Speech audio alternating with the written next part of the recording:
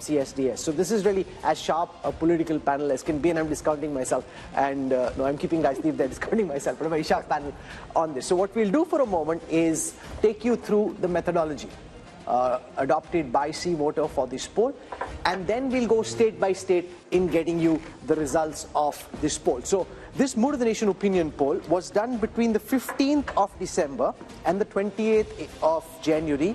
Largely, some polling happened later when there were specific changes like there were in Bihar, but largely between the 15th of December and the 28th of January. For this poll, the sample size was 35,801, but C Voter, as our viewers know by now, has a continuing tracker sample, so that adds 1,13,000 interviews to the Mood of the Nation sample, giving us a robust sample size of 1,49,000 for this sample and the tracker that's been going on between the 15th of August and the 31st of January. So there's a 3% plus minus margin of error at the micro level, and Yashwant claims he has a 95% confidence level. So that said, Rajdeep, let's now dive straight into the numbers for Uttar Pradesh.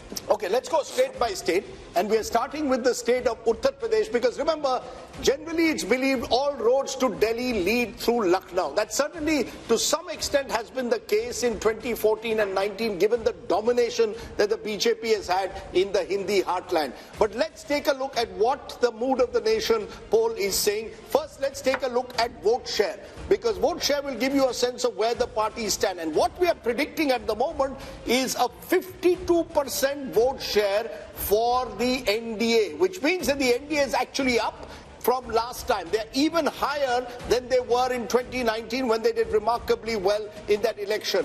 The India Alliance, and presumably this India Alliance includes the Congress, the SP and the RLD as of now. The RLD could well switch sides. Therefore, at the moment, they're at 36%, up 10% last time, but they have lost the BSP, which was in 2019 with the Samajwadi Party, and others 12%, primarily the Bahujan Samaj Party. But the key thing is, how does this translate into seats? That's the difficult task that Yashwant has undertaken. The seats, what would the seats be in the 80-member UP Assembly? And just take a look at that. The NDA goes up from 64 to 72 out of 80. It's a gain of 8. So NDA, BJP holding rock solid in the saffron heartland in a way. The India Alliance 6 to 8, so only a marginal increase, and that's divided between 1 for the Congress and 7 for the Samajwadi Party. Others are completely wiped out. The 10 last time were the BSP. So Rahul, the first big numbers clearly show the BJP holding its own in what's become its bastion. And if the BJP is already at 72 in the way the state plays right now, Yashwant, the most important question is, now that RLD is very clearly in talks with the BJP, if Jayant Chaudhary was to join the NDA, where could that 72 reach? Well, I mean, of course, it will impact minimum number of 2 seats for sure.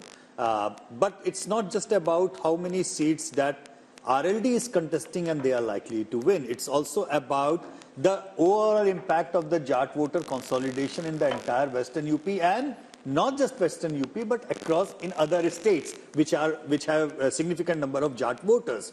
So that, having said that, Rahul, let me be upfront about this one. And me and Raj discussed this so many times about the numbers of the seats and everything. You know, I am a conservative pollster, and I find it very difficult to tell people that, you know, why are these others or other NDA numbers or non-NDA numbers coming up even when you have NDA or BJP crossing 50% of vote? That is simply because of the probability. When you say any party is there in that particular region, even if you cross 0 to 1 in UP with 6 regions, you end up with 0 to 6 kind of range. So it's also a question of probability. Otherwise, this number with this kind of a vote share could end up anywhere. So you're saying it could be 80 also? I will not say it cannot happen. No, because he's sitting on 72 and he says, I'm conservative. No, it is a possibility. You know, it can't be ruled out. But let's, you know, we are T20 style today. So I'm going to ask all our panelists quick responses, because we are going through the entire country. Raj and Gappa, Uttar Pradesh, as I said, the road to Delhi leads through Lucknow. If this is the result of Lucknow, clearly the keys to Delhi are in the hands of Prime Minister Modi. No doubt Uttar Pradesh is the bellwether state, and if it is showing the kind of results that the India Today See Voter poll is showing, the BJP is on its way. I would only like to point out a little bit of history because Prime Minister Modi had said he'd want to win 405 seats and for the BJP 370 seats. So if you look back, the only person who did that was Rajiv Gandhi, who won 405, and of course subsequently it became 414 when Assam and Punjab were added on. And at that time in UP, that was the undivided UP, I think the Congress won 82 out of 85 seats. That was a sweep. Now, if we are going by these figures, and they've touched 50%, I'm sure the other pollsters would say that the BJP would require to max in Uttar Pradesh if it has to get its target of 370 that it wants. Remember, those two elections are very different, Amitabh Tiwari, because the 84 election was held in the aftermath of the assassination of then Prime Minister Indira Gandhi. It was an election won largely on the back of sympathy. Here is Prime Minister Modi, who's been in power for 10 times. This is not a empathy, sympathy vote. This is a performance vote. If you end up 72, or if Yashwant says could be even higher, that would be the most incredible performance imaginable. Yeah, so if these numbers hold true, if you see whatever is BSP's loss of 10 seats is largely accruing into the tally of the BJP. BJP is gaining 10 seats at the expense of BSP. So if these numbers hold true, then what is clearly being shown is that it is largely a pro-incumbency vote. It is a pro-Modi vote, it's a pro-development vote, it's a pro-vote for his policies and the way he has handled the economy. But are you surprised because Rahul Verma, Uttar Pradesh was for a long time, for about 30 years, completely fragmented. Now suddenly, since 2014, the BJP has come to dominate the state, 2 general elections, 2 assembly elections, and now you could have a 3rd general election. Is the BJP therefore entering into UP, much like it was in Gujarat, a completely dominant party, 50% more, 50% vote and more, suggests a dominant state? Absolutely, Rajdeep. One reason for fragmentation in the 90s and early 2000s was that there were at least 4 credible players that were present. BJP, Congress, SP and BSP, the regional parties were very, very strong. Over a period of time, Congress declined and also BSP declined. So why Yashwant is saying that the numbers are conservative? Because this time BSP is moving out and they are still holding on to 10% or some vote share there, which means that actually the numbers could be much more than 75, even touching 70. No, but here's the thing. It reflects the continuing trend of elections becoming bipolar. Remember, the BSP, according to Yashwant's analysis, is projected to come down from 19% vote share last time to 8% this time. That's 11% down. And this is a party which in 2007 had won 200 plus seats. So that just shows how the BSP has ceded ground to now become a rump. 8% Sanjay Kumar for the once mighty BSP just shows that for time to come, elections in UP will be BJP on the one side and Samajwadi Party on the other, with a much weaker Samajwadi Party against a much stronger BJP. Rahul, we need to understand why elections are becoming bipolar not only in UP but in Bihar and many other states. Because I get a sense that the entire election now is being contested in the name of Prime Minister Narendra Modi. I don't see this election as a contest between Rahul Gandhi and Narendra Modi or Narendra Modi versus any other leader. It is a referendum on how do you rate the performance of Prime Minister Narendra Modi. So people are divided on 2 axes, pro-Modi, anti-Modi. And you see the election becoming bipolar on this, not on the issues, but largely on this factor. If you are on pro-Modi side, you tend to align, your party tend to align with NDA. And if you are anti-Modi, you tend to align with the UPA. Or if you're not able to align with the UPA, then you go alone. But that is what is happening in UP. But where does this lead, therefore, the India alliance, Rashid Kidwai? Because you've got a situation where you are tying up with the Congress and Samajwadi Party tying up. We still don't know how the seat distribution will take place. But when they look at these numbers, there'll be a sense of hopelessness almost, particularly if Jayant Chaudhary also leaves the alliance. Even if Mayawati, was to come on their side, which seems unlikely in a few weeks' time, either way, India Alliance is starting this race with one hand tied behind its back.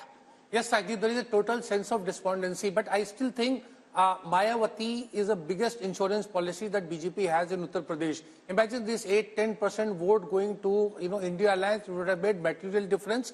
And second thing is how many, Gandhis, three Gandhis, Rahul, Sonia and Priyanka, how many of them are going to be in fray? Because unless they contest, and same applies to Samajwadi Party, Akhilesh Yadav and Dimple Yadav and all those people, credible people. So what's your sense? Will any of the Gandhis contest now? I think they are looking for Rajya Sabha route. At least one of them will get into No, but Rajya I don't Sabha. agree with Rashid Kidwai. He says BSP joining the India Alliance makes a difference. Even if I add 36 and 8, that's 44. Up against 51 for 52 for the NDA, it still leaves them 6 short. No, but so even if there is perfect transfer of votes, even if there is perfect transfer of votes, which we saw in the last elections when they were both stronger in the BJP, not as strong, it still didn't make a difference. Look, Rahul, BJP is the dominant party of UP. There's no doubt about that. And all the other parties are basically trying to compete for that same anti-BJP vote that exists. So even if they come together, they're actually only consolidating the anti-BJP vote. The BJP vote itself, once it's crossing 50%, even if it was 48% tomorrow, they would still be well over 60 as they were in 2019. So I think... And Rahul, we are not factoring in the Ram Lahar, which is there. There is a lot of... Why people are shifting? Because they think that there is going to be a huge, consolidation in favor of BJP in Uttar Pradesh. And now, that explains so this was a cricket match and the BJP ends up 72 out of 80 in the first state, and the projection across our table of really sharp political minds is that it could actually even be more. Then, the Congress and the India Alliance are out of the race even before the race has begun. Shehzad can say, okay, thank you very much, I don't need to do the talking. Modi is doing the talking for me. Rahul, no game is over till it is totally over. So I know this is a very disappointing save for the India Alliance, but I must say that despite all the advantages that the Prime Minister and Amit Shah and BJP have built up over these 10 years or so, they're still pretty much at 50%. The opposition has not been able to come together as we need to defeat this power so far. But the election is not over. The election is going to be contested in UP and all over the place. And by the way, I know you people said something about the performance. This is a performance election. If this is a performance election, I want to ask you.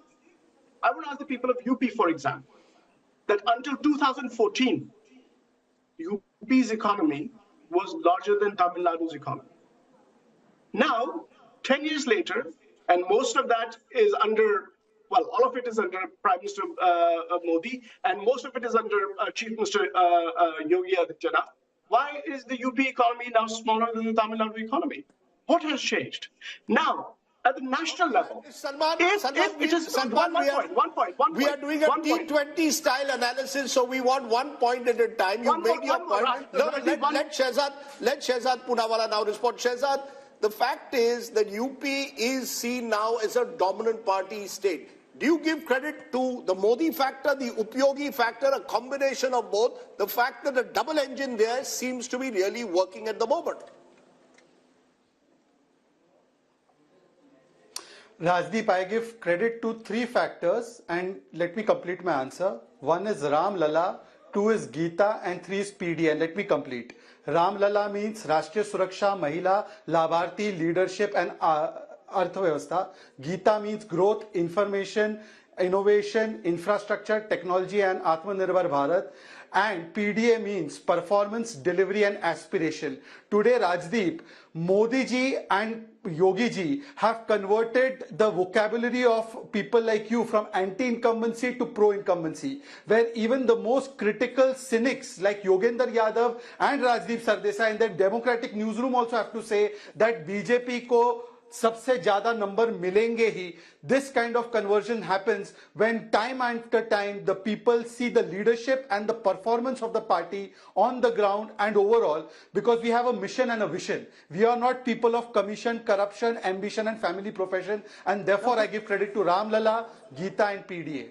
I love his acronyms. He's going to go very far in politics, given those acronyms. Mr. Modi has clearly got a few bucks in the party who know how to use acronyms rather well. What I want to do now is play out a small excerpt from a show we had earlier today from Lucknow, where we spoke to voices on the ground, trying to get a sense of the pulse in Uttar Pradesh. So here are some excerpts from the Mood of the Nation poll from Uttar Pradesh from earlier today.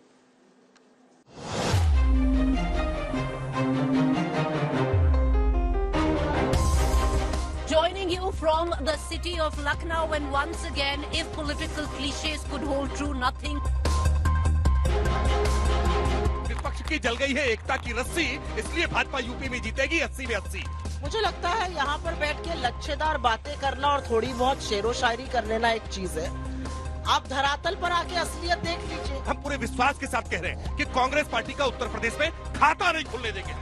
युवा चाहता है रोजगार, और रोजगार के नाम पर आप कहते हैं पकौड़े तल लो। केवल भारतीय जनता पार्टी है जो बढ़ती हुई दिखाई दे रही है, बाकी सारे राजनीतिक दल आपको गिरते हुए दिखाई दे रहे हैं। आप सबके अकाउंट में 15 लाख आ गए, 2 करोड़ बेरोजगार मिल गया, नहीं मिला। और जब अलायंस करना था ना, तब राहुल जी के प्रोजेक्शन के लिए उनकी एक यात्रा प्लान कर दी गई, और जहाँ जहाँ चरण पड़े राहुल के ताता बंटाधार हुआ। जैसे जैसे यात्रा प्रारंभ हुई, एक एक करके अलायंस लगातार छूटते जा रहे हैं। Shouldn't the India Alliance actually look at bringing in Mayawati, because the 8% vote share could also, she might not win a single seat. As far as Behan Mayawati is concerned, I think it's really up to her what she would want to do. 370 हम कह रहे हैं क्योंकि 370 हमने हटाई है। I want to come now to the state of Punjab, and just keep in mind that the numbers that you're about to see assume that the Aam Aadmi Party and the Congress will find a way of fighting together. But this is a state where AAP and Congress are 1 and 2, and whenever two parties are 1 and 2, they typically find it very difficult to be able to distribute seats amongst themselves. Between 2 and 3, it's much easier than it is between parties that are 1 and 2. But since that's the way it is seeming on the surface, that's the calculation that we're about to show you. So here are the numbers for Punjab. I'm going to start by taking a look at the vote share numbers first. The BJP had 10% vote share in the previous Lok Sabha elections. That's now projected to go up to 17. That's 7% up. The Aam Aadmi Party had 7% vote share in the last Lok Sabha elections. That's now projected to go up to 27. That's 20% up from the last time. The Congress had 40% vote share in the last elections. That's now projected to come down to 38. That's 2% down from the last time. The Akalis had 28% vote share. That's now projected to come down to 14, a loss of 14% for the once formidable Akalis. Let's take a look at how this converts into seats. So on your screen right now, for the 13 seats of Punjab, here are the C-Voter India Today Mood of the Nation projections. C-Voters projecting that the BJP is likely to stay at 2 seats. They're likely to stay at 2. What's gone out from the NDA kitty there are the Akali seats. The AAP is expected to be at 5 seats. That's up 4 from the last time if we see the party-wise breakup of these seats. The Akalis were at 2. That's likely to come down to 1. So the BJP holds on to its 2 seats. The AAP goes up from 1 to 5. Remember, in the first election they fought in 2014, they had 4 seats. So they go up to 5 this time. The Congress at 5. They were 8 last time, so they're down 3. And the Akalis are at 1, down 2. Now what could change potentially, Yashwant, is if at the last moment the Akalis and the BJP are able to tie, because behind the scenes there's a lot happening. It's not firm, finalized, both sides haven't decided. The Akalis we know are keen, the BJP is 50-50, wishy-washy, but that can change anytime. And if that changes, how does that potentially change these numbers? Of course, I mean that would be having some impact for sure, because I guess that between the Akalis and the BJP, even though there has been quite a lot of bad in the recent years, as far as the core voting is concerned, they are pretty much supplementary in nature. The core has been anti-Congress vote at large, which the Akalis and the BJPs have been tending together. So this separation might have split it vertically, because BJP ran away with the Hindu votes and Akalis were with their Panthik votes. But if they come together, definitely that will have an impact. But it will not be the same kind of seat sharing, Rajdeep, that is for sure, because wherever BJP is going back with their old allies, the seat sharing equation is no more the same, which was defined by Vajpayee and Advani. But you know, this is a fascinating state, Raj Chengappa, because the alliances have changed dramatically in the last few years. The BJP and the Akalis were together. AAP versus Congress was the battle of Punjab. They've now come together. They may not have chemistry on the ground, Do you really believe that this AAP-Congress alliance will work in the end and actually see the arithmetic benefits that this poll is suggesting? Or do you believe in the end it'll be very difficult for AAP and Congress to actually fight Punjab together, which may be another twist to these numbers? It's my favorite state since I was there as editor-in-chief of the Tribune. But I think here, let's take Sanjay's argument of brand Modi and a referendum of that. How much of that is going to play out in Punjab? It never happened when Rajiv Gandhi, it was a very troubled state, of course, at that particular time. So the Congress never benefited at that time because of the wave that happened. So if you look at it currently, if the AAP and the Congress get together, they're a decisive force. Have they got together? Have they agreed on anything? That is not to be seen as yet. No, but can I counter what you're saying to say that it's almost impossible? How will you decide if you're 1 and 2 in that state?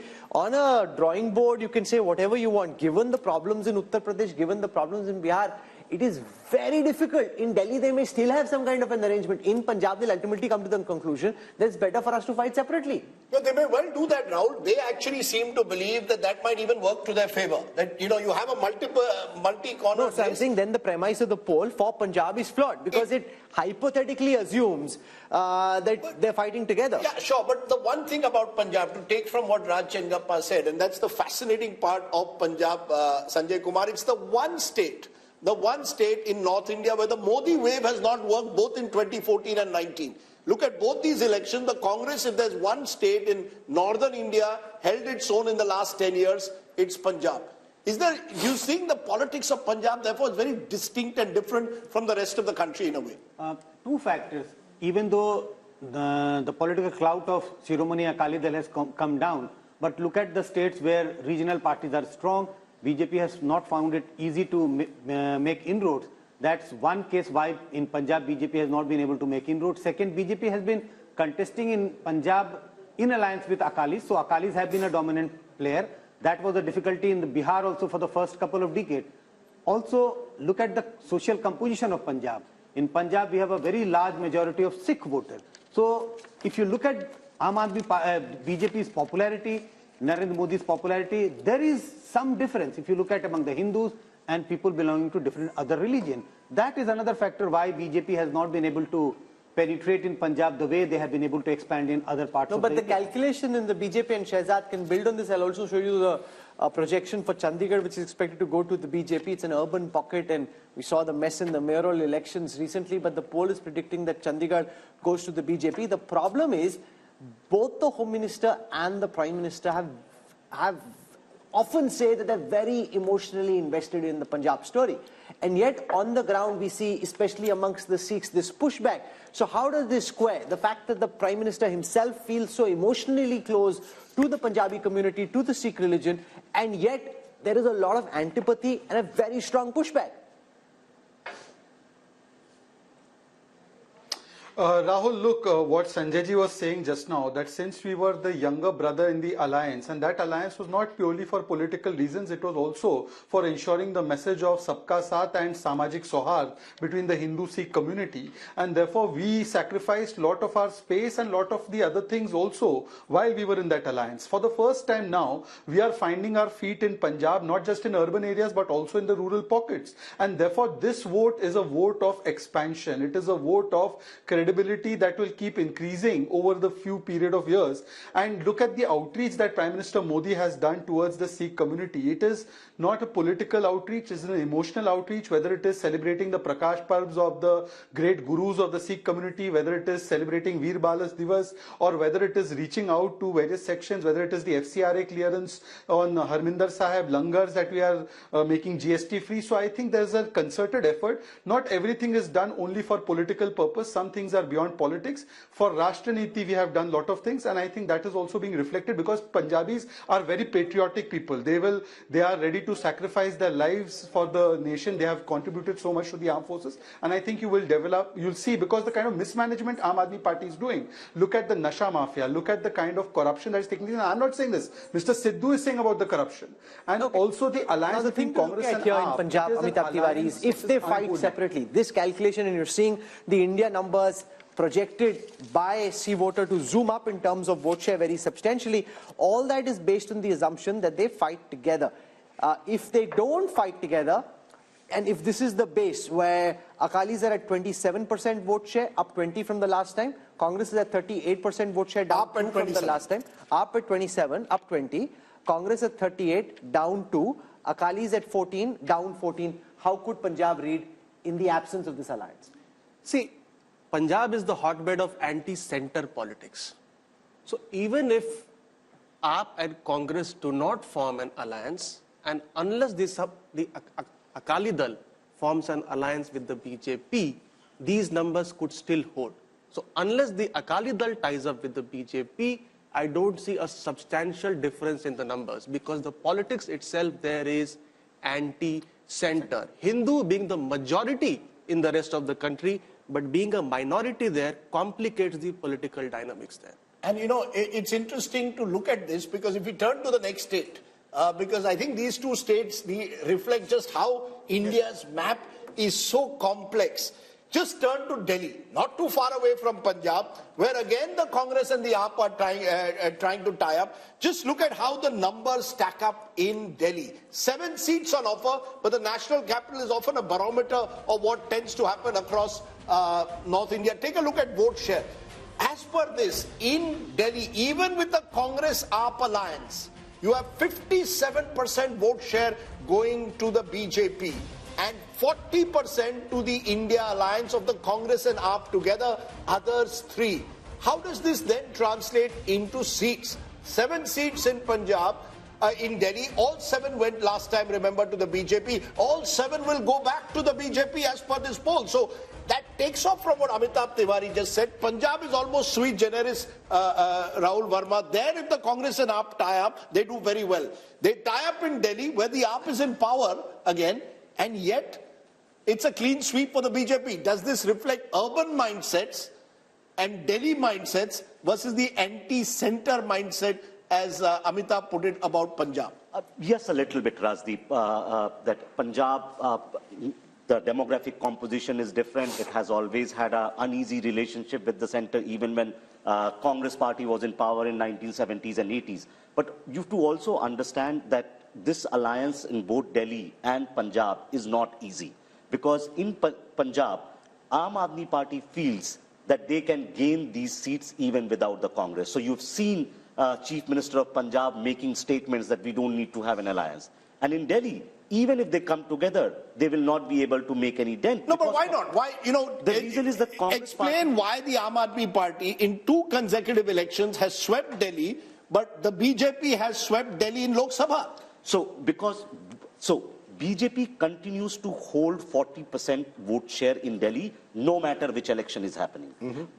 Congress gets 25% when Lok Sabha happens, but when Vidhan Sabha happens or MCD happens, Congress comes down below 10%. So that entire Congress vote, which is in Lok Sabha with them, actually shifts with the BJP. So AAP continues to be around 45 to 50% in assembly elections. But in Vidhan Sabha, BJP gains. No, but my view is it's the Modi factor.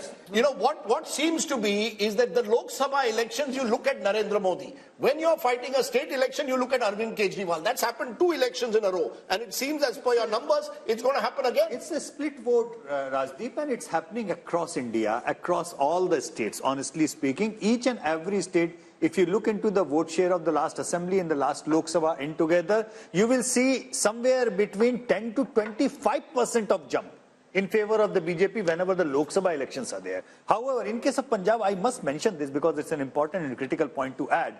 In the last 10 years, in our daily tracker, there are only 3 states where Rahul Gandhi as an individual leader has scored over in popularity over Narendra Modi.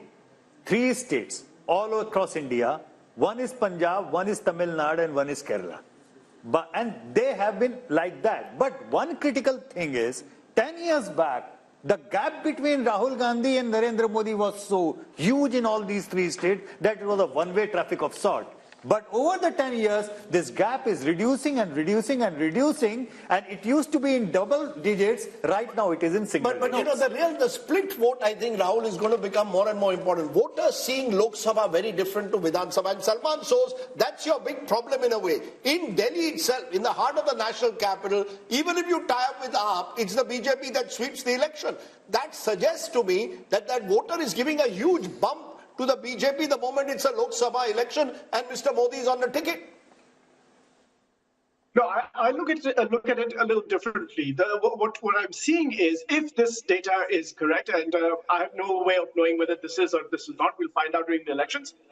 But the Congress vote share is coming up in Delhi because people see, many people remember the governance that Congress has delivered to this country. And that is why I think you see the vote share coming up when it comes to national level politics. Why that doesn't happen at the state level elections? I don't know what you're saying, Salman Bhai.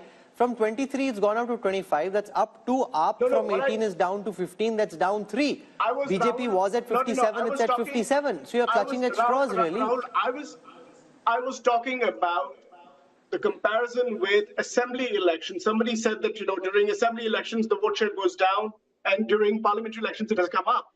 So clearly, people do remember that the UP at times are very good, and why should they not? I mean, the per capita income of this country... No, 1 minute, sir. You're still 32% behind the BJP. Rashid Kidwai, this is the problem the Congress is facing. When it comes to a Lok Sabha election, Mr. Modi is on the ticket. It appears that the Congress is not preferred to the BJP. We've seen that. Direct BJP-Congress fights, the Congress loses out. Now, even in an alliance with AAP, they may lose out in Delhi.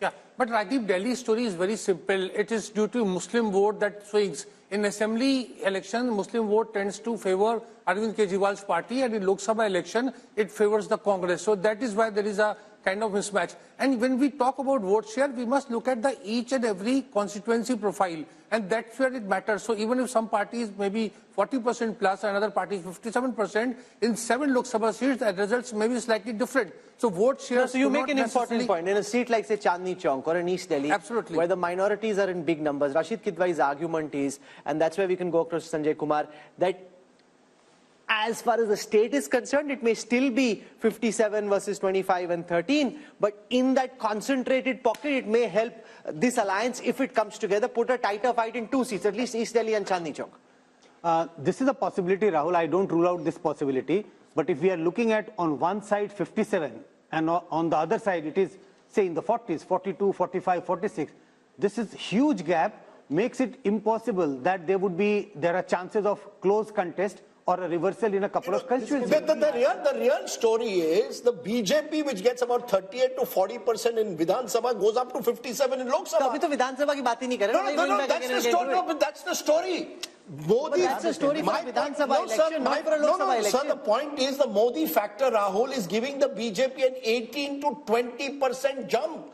That's the story. From 37-38%, where it loses to the Aam Aadmi Party, which gets over 50%. So the Aam Aadmi Party is clearly seen as a Delhi regional party, and the BJP in a Lok Sabha election takes it. Whatever the minority vote may get consolidated, but the majority vote in Delhi is going firmly towards the BJP for the Lok Sabha. 6 months later, have a Vidhan Sabha election, and the situation at least twice before has been very different. This time around, we don't know. So I think that's Rahul, the significance. I wanted to make a quick point. Yes. 2 things. One, the minority factor will come into play only assembly elections, where the assembly constituencies are smaller, and then you have enough number which can swing vote.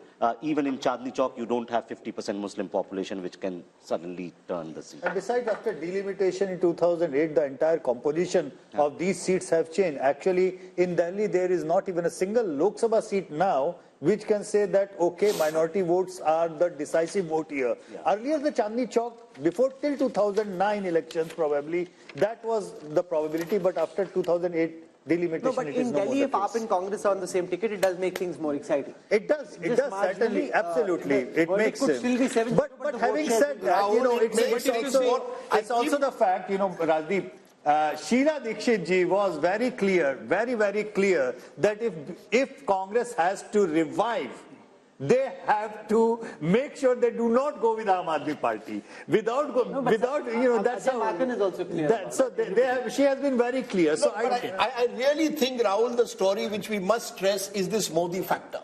Because this kind of split verdict. But you're sounding surprised about it. No, because it's nowhere else in the world. You see, go across the world. A Republican state will vote for the Republicans, both for the Senate usually and for the presidential election. In India, you're seeing it now in 2 consecutive elections. For Delhi, we want Arvind Kejriwal, but upar hamare liye Narendra Modi. And you're going to see it across the country. Because America doesn't have a Modi, that's why. I don't think it's as simplified as that. I think the Indian voter has very consciously decided who I want for chief minister and who I want for prime minister. And I think it is fascinating because I don't think, as I said, I don't know any other country in the world where it happens. No, we make too much out of this, and this is my personal opinion. There is only 15 to 20% of vote which swings here and there. That's a lot. No, but in only couple of states, except Odisha, except Delhi, do you see a split verdict of this kind? Yes, Karnataka. You see Karnataka in election after election, you vote for one party in the Vidhan Sabha, you vote for another party in Lok Sabha. I'm willing to have a small wager that there'll be another half a dozen states where this will happen. Can you bet like now, after Congress winning Karnataka in 2023, Congress is going to do same way as it done in 2019. But I met a Maharashtra leader yesterday. He said, we have put all our eggs, a Maharashtra Congress leader, we have put all our eggs in Vidhan Sabha. I said, what about Lok Sabha? He said, Lok Sabha madhe Modi aahe. Please understand. That's how they are seeing it. You're the reality on the ground. 2019. Madhya Pradesh, Rajasthan, Chhattisgarh. Let's come to Madhya Pradesh and Rajasthan because this is a fascinating political adda, and if we go on, we can be here all evening. So I want to come now to Madhya Pradesh and take you through the numbers. We need to just step on the pedal a bit so we can go, otherwise we'll be here all evening. So in Madhya Pradesh, the BJP had 28 seats. Apart from Chhindwara, they won 28 out of 29 seats. This time, they're expected to come down to 27. The India Alliance had 1, expected to go up to 2. This is as far as votes are concerned. 58% last time for the BJP, same this time. And the Congress's vote share, 35 last time, expected to be 38 this time. So basically, you're predicting that one other seat could possibly go away from the BJP and one extra seat could get added to the Congress. I want to quickly go across to Rajasthan as well. From Madhya Pradesh, we'll take vote share first. The NDA had 61% vote share, the BJP had 61% vote share, this time 59. The Congress had 34, this time 35. Let's quickly see how that converts into seats. No surprises here. If that's how big your lead is, 59 plays 35 in a bipolar election, it's a clean sweep. So they're holding on, Yashwant Deshmukh, 2 areas where they shouldn't lose. You know, all these complicated, really detailed, finesse, nuance graphics that we have on the election intelligence dashboard, they're not going to be of any use. If this is how one-way the traffic is, then what's the point of all the finessing? Well, I was just trying to give what Rajdeep was saying. I will just give a term to it. I call it Modi dividend. There is a clear-cut, on an average, 15 points Modi dividend as far as the Lok Sabha election is concerned. And the split vote, ironically, I coined that term in 2004 while explaining why Vajpayee's popularity did not translate into votes for the NDA in 2004, because there was a lack of a split vote. And since then, we have seen slowly and steady, the number has been increasing. While Rahul is correct that, in many of the states, it is not very clear-cut in that way, because in many states where BJP has been absent, their split vote also to take them across a threshold of 30% wouldn't come. Like, say, for example, Kerala. Kerala Vidhan Sabha election, BJP goes into single digits. In Lok Sabha election, they almost touch 20%. But can I just make a point, and Raj, I want you to come in on this. When BJP swept states like Rajasthan and Madhya Pradesh in 2019, we called it the Balakot bump. That post-Balakot, Mr. Modi had taken over the entire space. Now, even without Balakot, the fact is in both these states, the BJP is holding its own, sweeping Rajasthan as per this poll. 27 out of 29 in Madhya Pradesh. In Rajasthan, there was a close contest just a month ago. And yet now, Lok Sabha, it appears it's the BJP all the way. What explains it? So we can even throw Balakot probably out of the equation. Just say there is the Moditwa factor. If you look at it, and if you ask somebody, even in Delhi or in Madhya Pradesh, who would you really want in the center? I mean, that's the question. And that answer is a very logical answer that voters would give. I would gather in Madhya Pradesh as well, who is the Congress projecting for them to vote for? Even as Prime Minister? As Prime Minister. Whereas you have Modi, and he has performed well. The state has rewarded him well. And I think here, if you look at it, just to make a larger point, there has to be a saffron wash, what I call a saffron wash, in about 6-7 states for the BJP to get to its 303 or 370. Madhya Pradesh is one of those states. It lost 1 seat last time. And there's a whole cluster of states where their vote percentage is 50% or more. I think, let's take the seats, 223 seats or so, where their margin is so big, over 5 lakhs or something, that they will win. Madhya Pradesh is one of those states that's there. So there are 2 points I'd like to make. One is what you were saying earlier, that the Modi factor will work very, very strongly to dispel any state kind of resistance that is building or any Congress support that could move towards Rahul or anything that's there. And 2, these are the kind of states where when we have 50%, the opposition has no chance. Sure, but Amitabh Tiwari, this comes back to the point which many people have been making, that the real battle for the opposition was to try and take on the BJP, where there's a direct BJP-Congress fight. 186 seats last time where there was a fight, the Congress won just 12. If these numbers are to be replicated, it once again shows where the Congress is the main opposition, i.e. Madhya Pradesh, Rajasthan, the BJP is the front runner, and you're seeing the Prime Minister in all his recent speeches not focusing on regional parties, targeting the Congress, the Kamzor Kadi, as the BJP sees it. Yes, so one of the main reasons why BJP is against sweeping both these states is because it is facing Congress as the opposition, number 1. Number 2, the India alliance partners do not have a single vote in these 2 states. So there is no advantage to Congress of any India bloc formation because it does not get the reciprocity. And number 3 is that, as you said, the Modi factor, let's say. So 33% people, or rather 37% people, voted on the name of the PM face. So if you don't have a PM face, you are excluding 37% of the voters from the target segment. These numbers leave the Congress party. They've lost Madhya Pradesh, they've lost Rajasthan Assembly election, they've lost Chhattisgarh. Now you've got a possible sweep as per this Mood of the Nation poll. Will it only further demoralize the Congress in the heartland? Rajdeep, actually that's the real trouble with the Congress party, because Congress is strategist, and that includes Mr. Yogendra Yadav, a new addition in Team Rahul Gandhi. And I heard, once he told you also in an interview, he seems to think that the, Congress will get 7, 8, 9 seats in Rajasthan, 5, 6 seats in Madhya Pradesh and in Chhattisgarh. So there is, he's converting that vote percentage, that 40% plus vote percentage of the Vidhan Sabha into Lok Sabha. And that is where I think there is a tactical error, but Rahul Gandhi is buying that. And India Alliance is buying that. So Salman shows this is the real problem in a way for the Congress party to revive itself. These are the states where you needed to focus upon in the last 6 months. You've lost assembly, and now you could be wiped out in Lok Sabha. Rajdeep, you are thinking that the only people who are fighting this election are basically Khargeji and Rahul Gandhi. We have people, we have leaders in our states. They're fighting elections. They're getting ready. So what will become evident later on is, in your own poll, we're seeing, say, for example, a bump of 3 percentage points for India Alliance, which is Congress in Madhya Pradesh, for example. What that tells me is that there is a solid base for the Congress party to build on. And from now until the elections, anything is possible. So, yes, the perception that is being built is that the Modi ji has won, everything is done. And by the way, yes, exactly, the PDA. Let me get to the PDA that my friend Shahzad talked about. The PDA is, what is it? It is propaganda. There is nobody who does propaganda more than Narendra Modi and the BJP. What does D stand for? D is destruction of relationships between brothers, Hindus, Muslims in this country. And what is A? A stands for arrogance of party, of money, of control of media.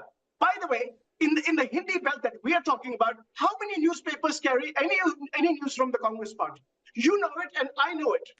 Hindi newspapers do not carry news of the Congress party. Meanwhile, not just regular news of the Prime Minister. Anytime the Prime Minister says something, he's plastered on television all the time. No wonder people think there is nobody but Narendra Modi, because that is what the media has been projecting. And by the way, I will slightly beg to differ. I read the Dainik Bhaskar every morning, and the Dainik Bhaskar is one of the fine papers of the country that does give a lot of news, including news critical of the state governments in those states. So I don't think that's the reason. So I have a few minutes left. Okay, it's the biggest newspaper across these states, but go ahead. We have a few minutes left, and I want to finish with the other states in North India. So I want to come to Jammu and Kashmir. In Jammu and Kashmir, the NDA is projected to have about 49% of the vote share. That's up 3 from the last time. Remember that a lot of this vote share for the BJP actually comes from the Jammu region, right? The India Alliance, which is Congress plus NC plus potentially PDP as well, at 36. That's down 3 from the last time. Others at 15.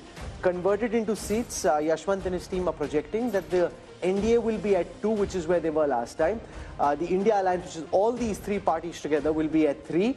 So basically the Valley seats going to the India Alliance, the Jammu seats, regardless of what happens in the Jammu region, going to the BJP.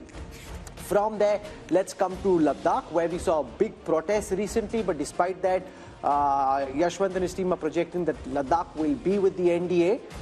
From there, let's now come to Haryana. 10 seats in Haryana. The NDA Alliance, the NDA, which is BJP and JJP in Haryana, now expected to come down from 10 to 8, a loss of 2. The Congress, which lost even Rohtak last time, expected to go up from 0 to 2, up 2. Now, what makes you think that that is going to happen, given the fact that there is a 12% vote share gap, 50 plays 38 in Haryana? Haryana don't count the vote share gaps as such, because you remember that Haryana assembly election, out of the fact that BJP was having a almost 10% gap lead over the BJP, I kind of predicted that BJP will sweep, but it became a hung. Where on earth did you find that a party with a lead of 10% votes and still ended up in a hung assembly in Haryana? So there are 2 different kinds of Haryanas. Let's be very upfront about it. There are 2 different Haryanas. It's not regional. It's about the demographics of different seats. And the seats where it would be a Jat-dominated seats, they will be problematic for the BJP. The non-Jat seats would be easier for the BJP to win. Let's come to Himachal. Himachal is the one state we haven't dealt with in the north yet. Himachal, 69% vote share for the BJP last time. This time expected to be 60%, down 9. The Congress at 27, expected to go up to 29. Remember, in Himachal, of the 4 seats, they are predicting that the BJP will pick all 4, the India Alliance none. The government in Himachal Pradesh at this time is the Congress government of Sukhwinder Singh Sukhu. Despite that, the Congress makes no gains in the Lok Sabha election in Haryana. Then the last state is Uttarakhand, where they're predicting just a small dip in the NDA's fortunes when it comes to vote share, from 61 to 59, down 2. India Alliance at 32, up 1. But when it comes to seats, all 5 seats predicted to go to the BJP. Therefore, when you look at the big picture, from the first region that we've looked at, and this is, if you're a T20 match and it's power play and you've just finished 6 overs of the 20, think of North India like this. The projected seat share across North India. First, the vote share across North India. NDA 52%, India Alliance 38%, others 10. That's a 14% double-digit gap, and that includes, remember, Punjab, where the BJP is relatively smaller in terms of its vote share. How does this translate into seats, Rahul? And I think this is the story, and this has been the story not just now, but also 2014 and 2019. 154 of the 180 seats, as per the mood of the nation, done by C voter, go to the NDA, 25 to India Alliance. And remember, of these 25, majority again coming in from Punjab. Effectively, Rahul, that means it's almost game, set, if not match, just when you look at the North Indian numbers. I mean, it is almost impossible then for any side to match up when you lose so big in such a large part of the country. And it's been the northwest monsoon that has really won the BJP 2014 and 19. We haven't come to the west yet. So since the northern torrential downpour in favor of the BJP, we'll show you what's happening in the east and what's cooking around the Bay of Bengal in the east, and what's happening in the west along the Arabian Sea. So all that coming up in the second hour of programming. We've dealt with the north, where if this was, Rajdeep said, a T20 match, this is just one-way traffic in this T20 match. You got one team which is blazing away. 6 overs, 100 runs. 6 overs, 100 runs. 14 runs and over, or 15 runs and over. Which, really makes it almost impossible to come back. And the thought that's coming to my mind, there you see my election intelligence dashboard. working. So many great ideas, so many different data sets which we are cutting and dissecting and diving. I'm wondering what's the point? If it's all pointing in the same direction, then there's going to be a lot of effort which won't really yield too much results. But anyway, unlike the opposition, we need to fight on. We need to bring all those data sets together for you.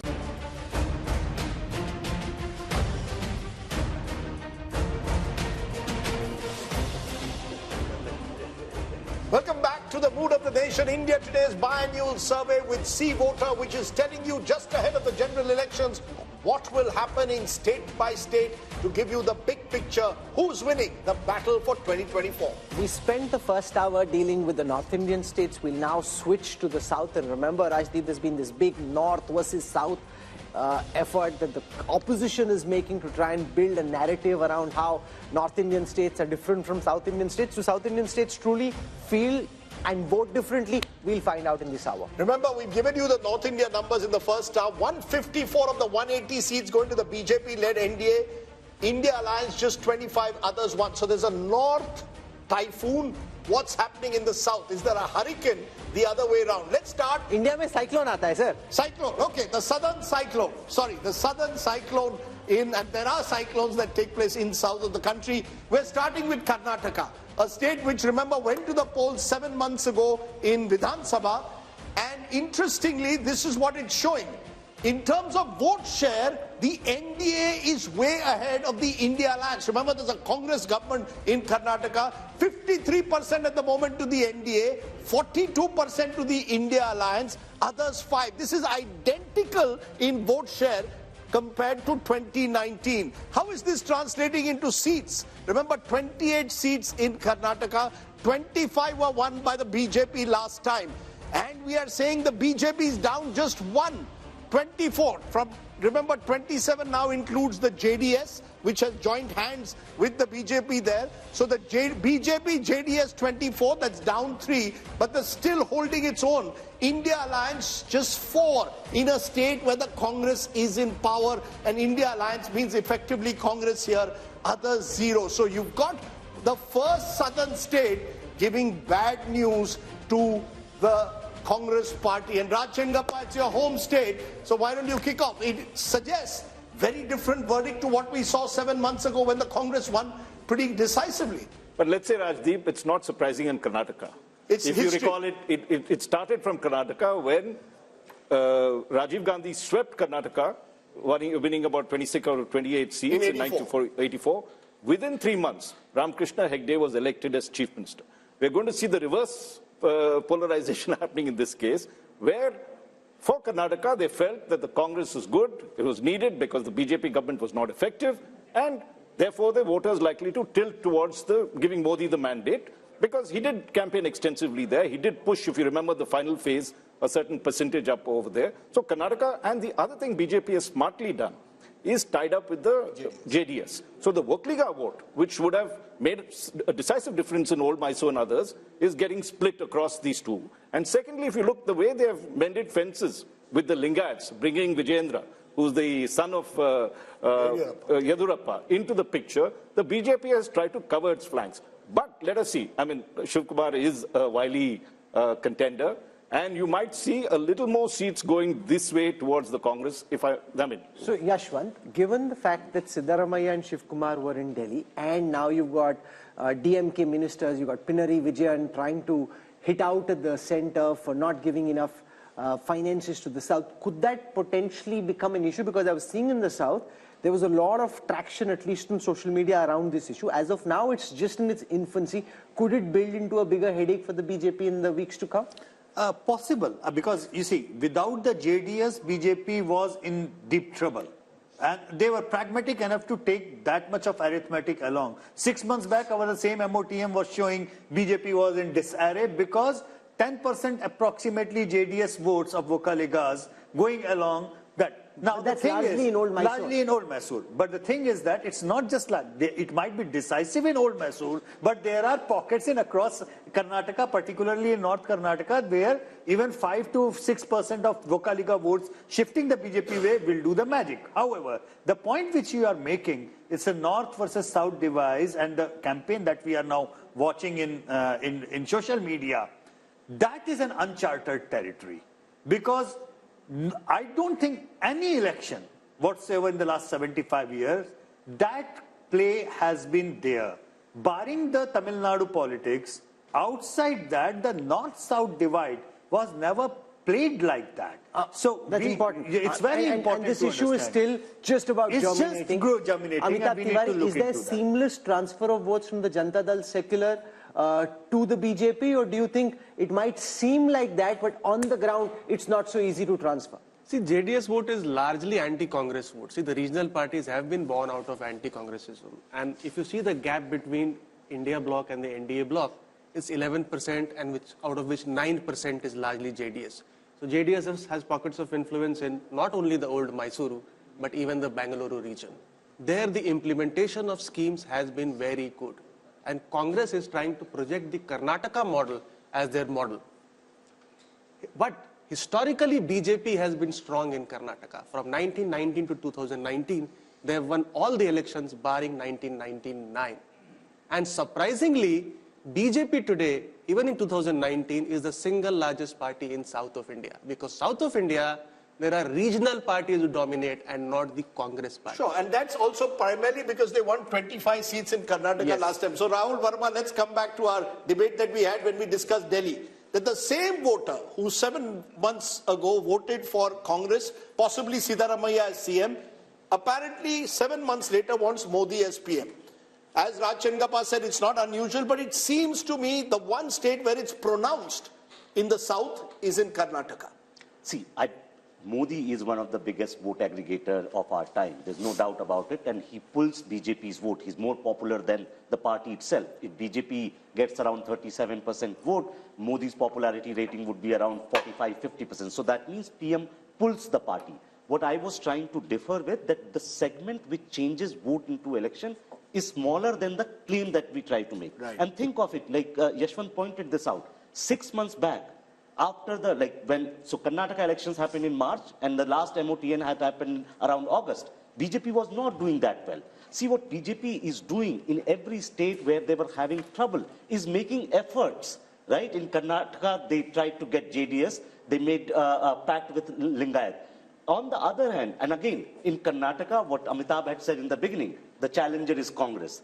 Congress seems not to be doing enough efforts in places where it's strong and credible. No, but also imagine, Sanjay Kumar, despite being the mighty force that they are at the moment, the BJP is willing to tactically cede ground everywhere. Yeah.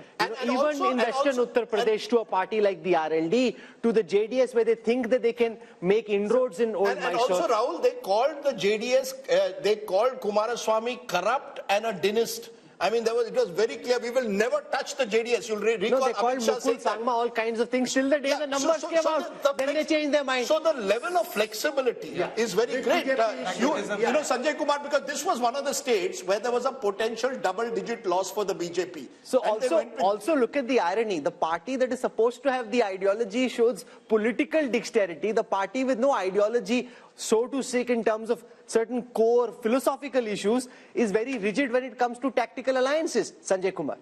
I think the problem with the Congress is that it is slow in taking initiative. I would say even lazy in taking initiative. And if you look at the BJP on the other hand, even if they realize that they are going very strong in 2024, but they don't want to leave any chance. And my own sense is that if you talk to any BJP leader, they are pretty sure that they are winning 2024. But why they are entering into all these alliances despite ideological differences, despite having, given strong statement against the leader of those parties, is that they want to big win. They don't only want to big 2024. Let's take that just a minute. I'll come to you, Rashid, a moment. Mohan Kumar Mangalam, national spokesperson of the Congress, Ajay Alok of the BJP. To both of you, first to you, Mohan Kumar Mangalam. There's so much of talk of the Karnataka model, that the Congress is saying the guarantees that we have given will win us an election. The numbers at the moment are showing, at least in a Lok Sabha, that's not working. I spoke to Mr. Siddaramaiah only yesterday. He seemed very confident. He also is playing this sort of discrimination against Karnataka card. But at the end of the day, our numbers are showing the BJP virtually repeating its performance of 2019, which would be hugely significant.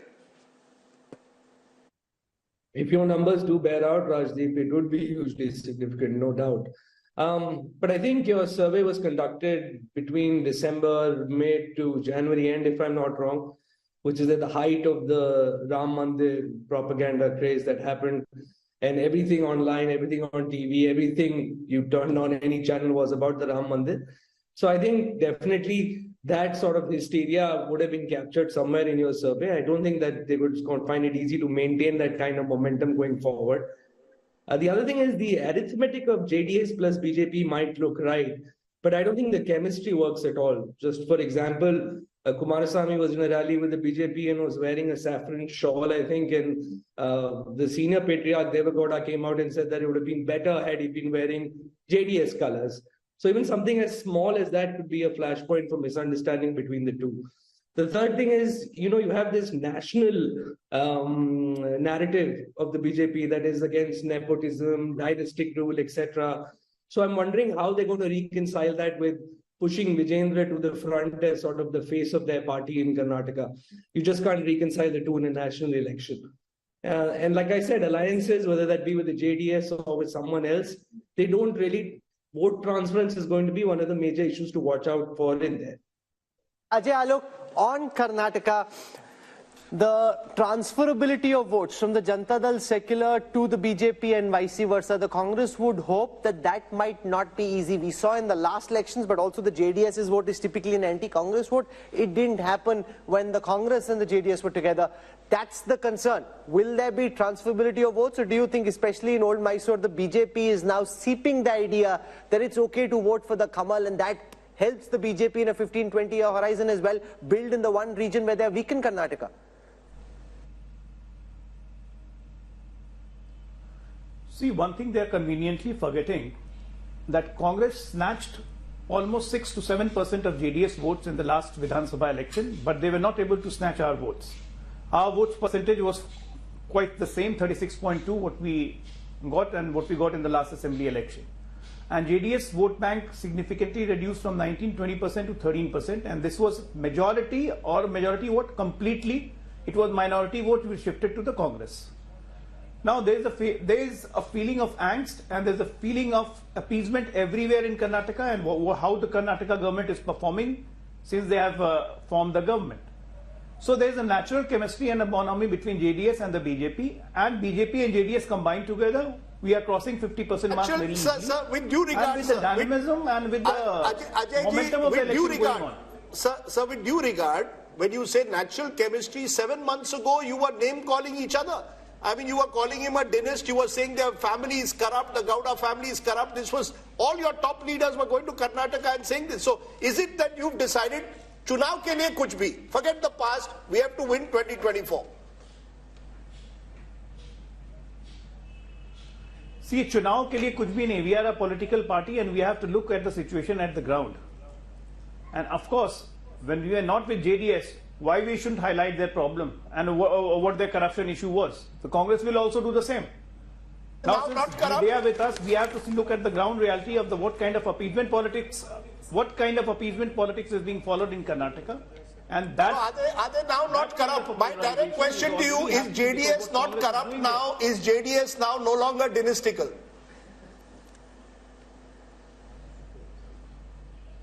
Well, it is dynastical. As far as corruption the matter goes, it's all in the court. If they are convicted, they are corrupt. And JDS is dynastical, there is no doubt about it. We are having a strategic alliance with them. They are not merging into BJP. Yes, yes. Rashid Kidwai, you wanted to make a point. I think, Rajdeep, if Yashwant Deshmukh's figure come true in Karnataka, this would really reflect mood of the nation. Here is a government which is a proven track record, performing well. The Congress party is there on the ground. It's not a lazy party, at least in Karnataka. And in spite of that, if they lose badly, that will tell you a mood of the nation, a pro-Modi wave. Second thing is, it will also create a huge political upheaval.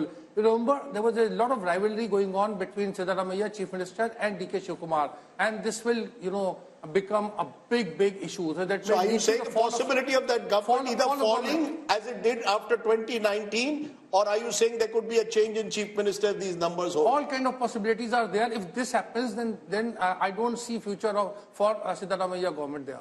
Okay. From Karnataka, let's come to Telangana. I'm just trying to keep it moving so we're able to give enough time, because otherwise we have very irate viewers in a particular state that this is how important our state is and you didn't give us enough time. So let's just try and keep it moving.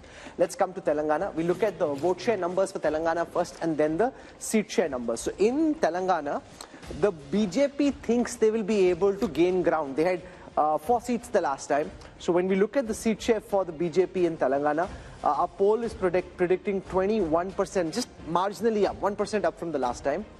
The big jump here is for the Congress, which was at 30% last time, this time at 41%, whereas the BRS and the other parties, which includes OVC, coming down to 38 from 50% the last time. So the big change really is the bump in the fortunes of the Congress and the decline in the fortunes of the BRS. How does this translate into seats? The only sliver of hope that we're seeing of all the numbers that we've put out so far in the Mood of the Nation opinion poll are actually coming from the 17 seats of Telangana, where the Congress's tally is expected to go up from 3 potentially to 10. That's up 7 from the last time. The BJP was at 4, could come down to 3. That's down 1. The BRS was at 9, could come down to 3. That's down 6. The AIMM stays where it was the last time. So OVC wins his seat. 3 to 10. Now, from what I know, Amit Shah and the BJP big guns will be figuring out some way कि इनको ये 10 नहीं देनी है, इनको कुछ नहीं देना है भाई. You know, Rahul, the fact is honeymoons do exist. You know, I know that we are in a world where even living relationships are now looked at with a question mark, but a honeymoon is still fine. In the poll, the honeymoon is on. Whether it will be on in May or not, we don't know. This is the one state where at the moment, Yashwant's poll seems to suggest that the honeymoon is on. They just won an election, 2 months ago? And therefore, there isn't even enough time for any anti-incumbency as of now to build. That's the sense I get, Yashwant. Am I right? Because in the contrast with Karnataka here seems clear, where the Congress is still very much the new party that has just toppled a 10-year-old government. I think Congress is reaping benefit of the popularity of Revanth Reddy. I think what is happening here is that in absence of any national leadership popularity or popular national leadership, Congress has to now look around for the popularity of their local leaders, and this is one state where definitely the popularity of Revanth Reddy is. So why is it working in Telangana but not Karnataka? It's not working simply because we have got 2 popular contenders, and Rashid Bhai might be able to tell this, but I am dead sure that the Deputy Chief Minister of Karnataka would not like Congress to win in Karnataka in Lok Sabha election, because if Congress loses Karnataka in Lok Sabha election, that paves the way for him to become the Chief Minister. I think this is a bit unfair, because Mr. D.K. Shivkumar, and Rajdeep would correct me if I'm wrong, played a very big role even in Telangana, the amount of efforts he made there. So so far he's a disciplined soldier of the Congress. But let's be very clear. It appears one regional party is the one completely getting squeezed out here. Chandrasekhar Rao has virtually gone dormant since that defeat. That vote, the Congress seems to have captured to a large extent if these numbers hold. And the BJP has its pockets in Telangana, but has not been able to truly spread across the state. Would that be a fair understanding, Amitabh, of these numbers? Yeah, I see. In a largely bipolar national election, the regional parties tend to get squeezed out, and Telangana is one of the states. But it reveals a very fascinating insight: is that Congress, wherever is it gaining, it is gaining at the expense of regional parties, and that is the basic problem in that India alliance. It is gaining at the expense of BRS and not BJP. So how can it lead an alliance of regional parties where the regional parties have been formed out of anti-Congressism? TMC has come out of Congress. YSRCP has come out of Congress.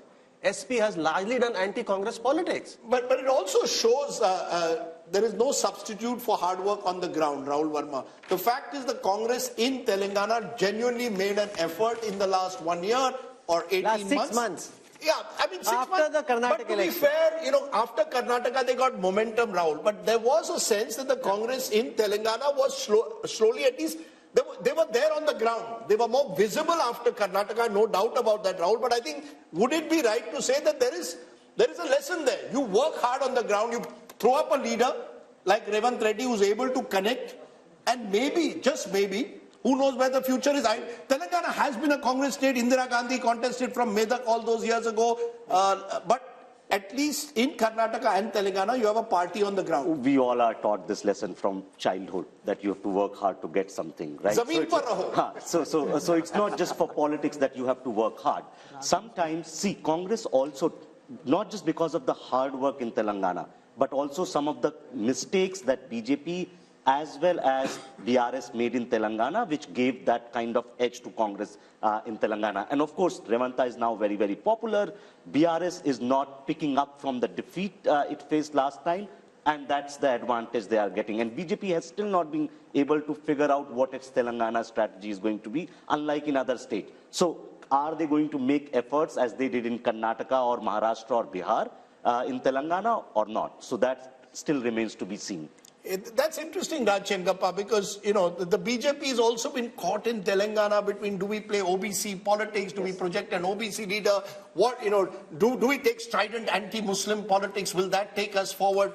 Somehow, for all the gains they made in Telangana 5 years ago, they've remained stagnant. One of the few states where they've not, you know, multiplied overnight. I think the BJP is still shell-shocked by what happened. And the way the Congress came in and snatched what they thought was their territory, because KCR was on the decline, and the Congress smartly moved in and got the prize. But I just want to make a larger point, which we did in passing reference. And we talked about, and Rajdeep, you talked about, I think this, is this whole thing that Siddaramaiah and Shivkumar came to Delhi for, and you've seen these full-page advertisements about the South being neglected, not being given the due in terms of its money that was there. I think that is a potent force as it gets along, because it's also tied up with delimitation in some senses. That somehow the South is performing very well. Telangana is one of the states. Karnataka we talked about, and yet, you know, so this kind of thing can begin to erode on the Modi wave factor. No, so it is an idea. There can be no doubt about it. But does the opposition have the wherewithal to mount it into a meaningful idea, take it down to the ground in the weeks before polling? No, I'll give you a very interesting example. Mr. Pinarayi Vijayan is in town today. He led a protest. The Congress decided not to join it because the left is their prime opponent in Kerala. So there are internal divisions. But when I asked Mr. Siddaramaiah, he said, yes, we would like to hold a convention of all the southern chief ministers soon. So they will play this card. And at least it's a card with some emotional connect. No, but it's also Picho Suja. It's a real last-minute kind of idea, right? To be able to take this idea, build it into something big, requires some time. And the other worry is... The idea to begin with, you are only 2 months away from the election. Even if you play it well, South is only 130 or 140. No, but in those states it may do well. Rahul, can I just make a point? If in Karnataka they've swallowed the poison chalice and had to drink from that one, it is because they know that if they lose Karnataka, the BJP, the whole Modi wave that begins to shrink, because at 25 seats, it is the one that tilts decisively in terms of if moving from, say, whatever figure that they have now, if they are 303, if it starts dropping like they had last time, they lose a lot. So that is why you will see that they are so concerned. Look at they are willing to compromise, whether it is in Bihar, as we've seen, in any of these places, despite the fact that they seem invincible, the BJP is insecure for whatever reason, and it is showing up in these places. I actually don't think it's insecurity. I actually now am convinced the BJP, as you saw with Mr. Modi talking about 370 and 400, it's like pushing your troops to try and conquer what is seemingly impossible. So you say Karnataka, okay, people are saying we are going to lose there, put all your might in Karnataka. The Prime Minister's repeated trips to the South at a time when, you would have thought they would say, okay, South is an area where we will not do well, suggests that actually they think South is a growth area. It's fascinating. Okay, so one seemingly impossible thing, but why not? When you are talking about the possibilities, if the BJP can go all the way to bring the JDS, if the BJP can go all the way to bring Nitish Kumar, why nobody is talking about possibility of BJP and BRS coming together? Look, the BJP at the moment, the BJP is hunting for allies all over. The BRS is a potential ally, but I think they see Telangana as one of the states where they want to grow in the future. And to grow, they have to finish the BRS. See, once the regional party is finished, make it BJP versus Congress in Telangana, advantage BJP. So that's the one reason why they may hesitate from taking on the BRS. And Chandrasekhar Rao is a wily leader. I think Kumaraswamy is desperate. Rajdeep, correct me, Raj. No, I just want to make a quick point to what you made. Yeah. the fact is that Modi came into Telangana for an election campaign and said that KCR approached him to help out his son, and so there was this talk of an alliance that was building over there. And of course, as we've seen, they've patched up with JDS. Exactly. Okay. Exactly. The point which Telangana is fascinating, but we need to move on, because otherwise we'll get caught in the politics of one state, and then people in Andhra will start feeling bad, and that's never a good idea when you're discussing Telangana and Andhra Pradesh. So Andhra Pradesh on your screen next. 25 seats here. I look at projected vote shares first.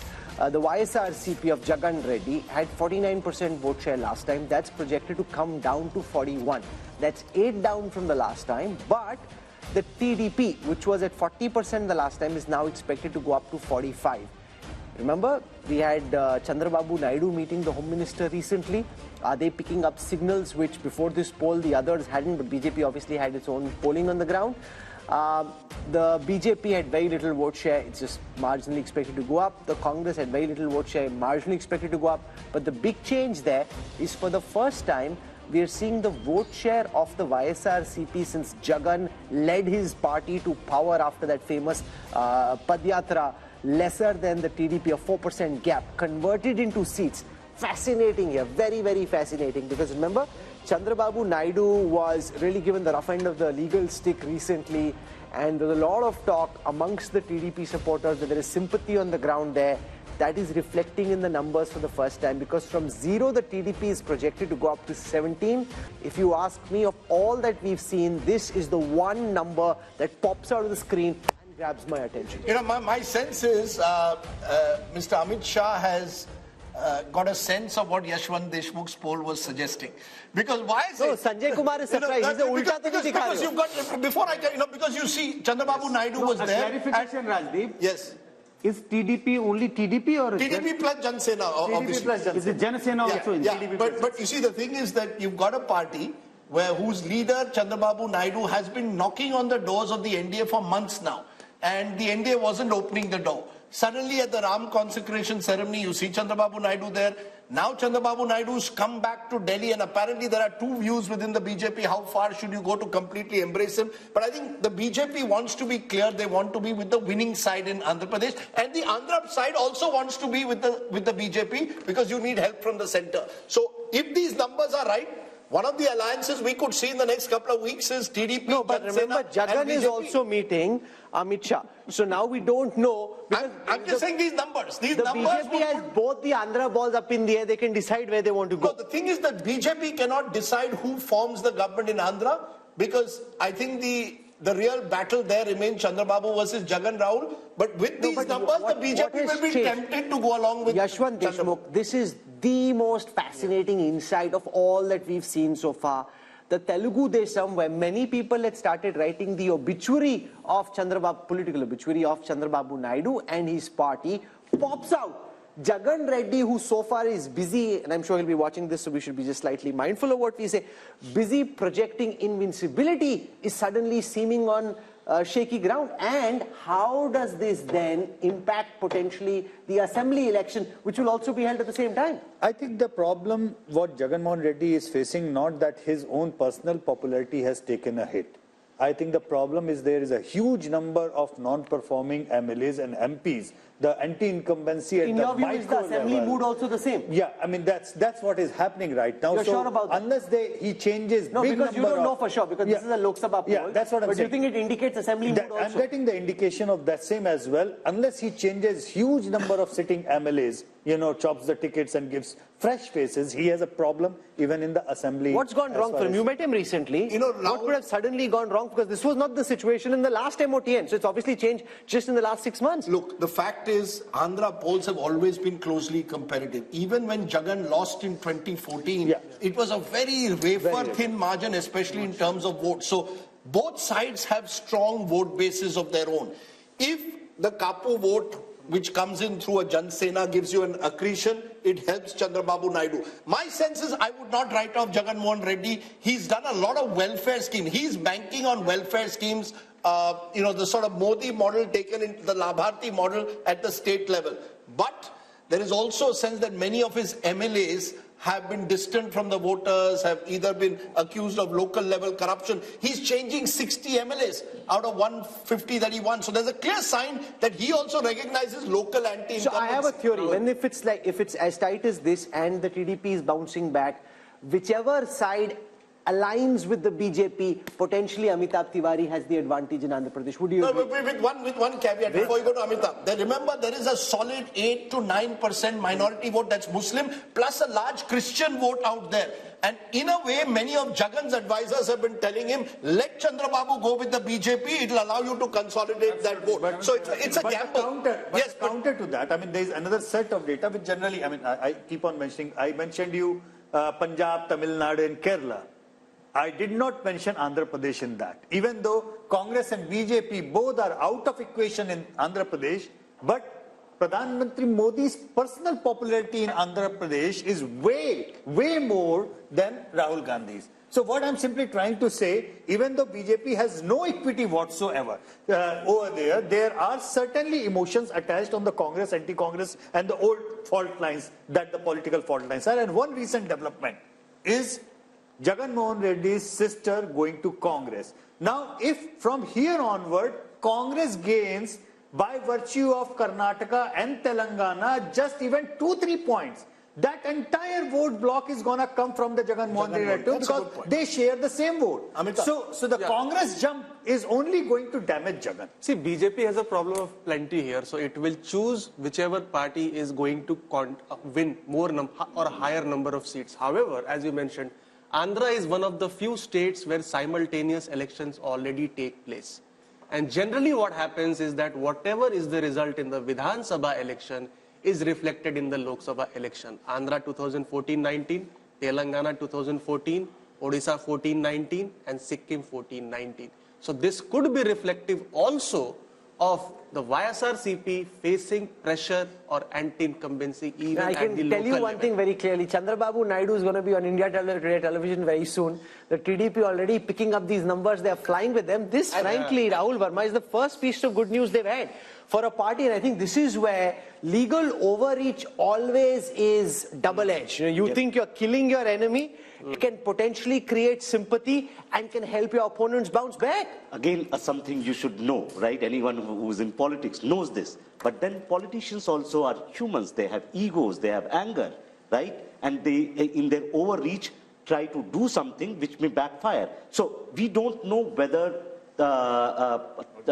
TDP's gain are actually coming because of that legal overreach. This might also be happening because Congress might be gaining certain votes, which is coming from Jagan's party. And no, but that's overhyped. From 1, if they're going to 3, that's only 2% up. You can say it's 2%. The Jagan Reddy is losing 8% vote share. Only 2% the Congress has got extra from the last time. So remember, Jagan Reddy's graph at this moment is very clearly coming down. That's what this data represents. There's no running away from it.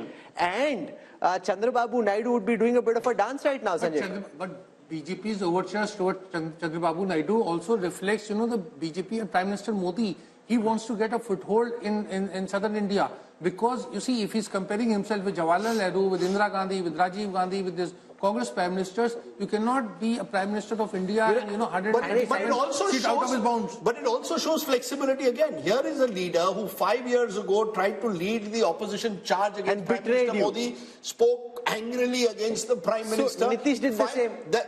And you're willing to embrace them all. So I think the Prime Minister is very clear that in politics there are no permanent friends or enemies, something that the Congress could learn. Think about it. Jagan Mohan Reddy comes from a Congress family. What stopped the Congress in all these years from making at least one solid overture to him to try and embrace? What do you do instead? You send his sister to contest against him, which clearly for him is a red rag. You've actually, according to which he said in the interview to us, you've divided my family. So any question of his family is already divided. But 1 minute. What stops the Congress? It's been 15 years now almost since Jagan left. You could have made there's ego. There's a difference. No, my point is the Home Minister often says, BJP is ready to make that extra step of flexibility. Because the Home Minister often says, and the Prime Minister believes this, that power में होंगे तब अपनी ideology को हम implement करेंगे ना, power में ही नहीं है तो कैसे implement करेंगे? Whereas Rahul Gandhi says power is poison. I think that is the fundamental difference. Rahul Gandhi says power is poison. Rahul made a very good point. That you see, an ideological party, BJP claims to be an ideological party, but is a party of power. The Congress claims to be a party of power, but is now under Rahul Gandhi trying to become a party of ideology. You know, that I want people who are going to fight the RSS, come what may. So you've got a remarkable shift where the BJP wants to be the party of power. But Rajdeep, there's a very big difference. Yeah, everybody knows what the BJP's ideology is. Half the congressmen don't know what the Congress's ideology is. They don't agree on the same ideology. Rahul, so that's the reality. Let's also admit Congress does not have ED. Sorry? Can I Congress does not have ED. Sure, the ED is a factor which we will discuss, of course, but that's a separate factor. One small point about TDP. See, even in 1999 and in 2014, TDP only came to power when it aligned with BJP. So TDP never That's the came point to I power was trying to on its own. So TDP has never won on its own. That's a very remarkable point, Rahul. Thanks for putting it, because in 1998 election, in the undivided Andhra Pradesh, BJP on its polled almost 20% votes, which forced TDP to join hands with BJP, and he swept again in 1999. So he made a very remarkable point. But can I make a distinction between Chandrababu Naidu and NTR? NTR had the power to win on his own. Chandrababu Naidu, when he took over the party, was not able to do that. That's the difference. Chandrababu Naidu has needed an ally. NTR did not need allies. That's true. But every time he has won, he has come along with the alliance of the BJP. TDP 2 months ago was thinking of joining the India Bloc Alliance. After the 3-0 drubbing, it has again changed its mind. So the regional parties, hawa kidhar beh rahi hai, are very cognizant of this. And there's another little piece of trivia, Rahul. There are two wings of Prashant Kishore's IPAC. One wing is with Chandrababu Naidu, and the other wing is with Jagan Mohan Reddy. And a few weeks ago, Prashant Kishore was allegedly on a flight with Chandrababu Naidu or his son, and all speculation sort of arose in Andhra. Is he going to now align with Chandrababu Naidu? He says he's not. But if these numbers are true, he clearly knows who's on the winning side. Jagan didn't give the NOC. But are you surprised with these numbers? Are you surprised at all with these numbers, Sanjay Kumar? No, about Andhra, we are all discussing TDP and YSRCP. But we are not discussing Janasena. I think Janasena is very important. If you just pull out Janasena from the TDP how much alliance, is the Janasena vote? It's roughly about 4.5%.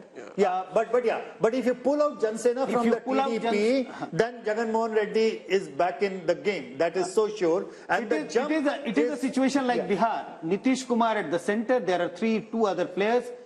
You know, like RJD and BJP on one side. Whichever side Nitish Kumar goes, that party gets. But it's fascinating. It is a fascinating verdict. I want to go across now to Tamil Nadu. And Tamil Nadu is the one state where the UPA or the India alliance, at least at this moment on the surface, looks settled. The turbulence is on the NDA side because the AIADMK and the BJP are now separate just at this moment, and this game is changing so fast that I don't want to end up saying something which makes us look silly a few weeks down when people look back, because that's the way everything we're saying is just commentary at this moment. Things, of course, can change. So here is Tamil Nadu. I'll start with the vote share numbers first. So the NDA projected to be 15% vote share. The India Alliance from 53 to 47. This is largely the DMK and the Congress and some of their smaller allies. Now you've got the AIADMK in the others, which is now expected, the others together are expected to be 38%. Let's look at seats. Yes?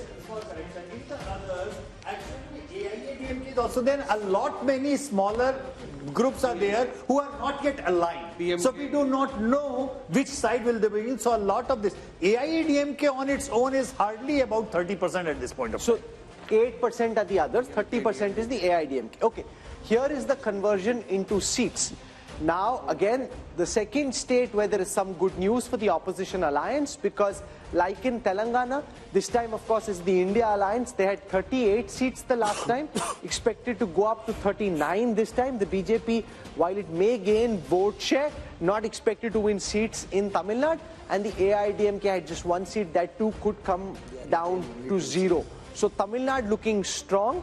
Does the DMK stay fully with the Congress, or could there be a twist in the tail there also? I think, Rahul, I'll be very surprised given the statements that Stalin has made at the moment that he will also switch sides. There's the ED factor that our friend Rashid Kidwai mentioned. Yes, there are a number of DMK ministers under the ED scanner. But I find it difficult to believe that it will happen before the election. What happens post-elections, we don't know. If the Congress completely collapses, many of these allies of the Congress today could go in different directions. But I think there's a general sense, and the poll may well bear it out, Yashwant, that this is the one state where the Prime Minister's popularity is much less than it is nationally, even though he's made the effort repeatedly to go to Tamil Nadu, to identify himself with Tamil culture, the Singal, when the new parliament was inaugurated. So the BJP, as always, continues to see Tamil Nadu as this sort of bridge too far, which they want to one day conquer. But no, look at the effort he makes with the Kashi Tamil Sangam. Yeah, but my sense is the AIDMK's collapse over the years has only consolidated the DMK and has put the BJP in a difficult position. Do we try and occupy the opposition space, or do we tie up with the DMK in the future? Either ways, you know, the vote share increase is not going to result in the seat conversion. So is there a vote share increase substantially? Yeah, it's a vote share increase substantially. It could be further because, as I said, many of those smaller splinter parties might still go this way, that way, or the ND way. We do not know. No, is the BJP gaining or is the AIDMK gaining this plus 3%? It's the BJP gaining. AIADMK is not is going down and down and down all the way. And by the way, AIADMK is counted in others in this calculation. It's not counted in the NDA vote share for that. Yeah. No, but so you're saying a 15%. Just a minute. You're saying a 15% vote share is principally a BJP vote share? BJP and the other perceived alliance partners of the BJP, and that's not a very big number. I tell you why. In 2014, BJP actually contested with his alliance all alone, not being part of AIADMK or DMK, and they polled 18%, which is a decent enough number. But that vote share, just like Kerala, as I mentioned, BJP almost touches approximately 20% in Kerala. In Lok Sabha. But 0 seats. It doesn't really matter. 3 states where Prime Minister Modi has actually bent over backwards, I would say, in order to accommodate the political sentiment, Tamil Nadu, Kerala and Punjab. The gap is reducing. They are having a growth of organic level, I would say, but unlikely to convert into seats. Rahul, is there any possibility there's a buzz that the Prime Minister could contest from Kanyakumari as a second seat? No, so there's a buzz that, you know, he wants to bridge the north-south divide himself. 1 seat in the north, 1 seat in the south. Possible? You know, but Rahul Gandhi also showed some sense of weakness when he picked Wayanad. The Prime Minister may not wish to go only for the reason that if this north-south divide picks up and for some reason they end up on a shaky ground, you don't want to expose the man who's supposed to be invincible to any form of threat. Therefore, will they take that risk? No, they will go all out to shore up their fortunes in Tamil Nadu. Remember, the BJP is the only party at this moment which has a 20-30-year horizon on things. When I speak to top BJP leaders about, say, the strategy for Tamil Nadu, or say, why don't you just patch up with the AIDMK, this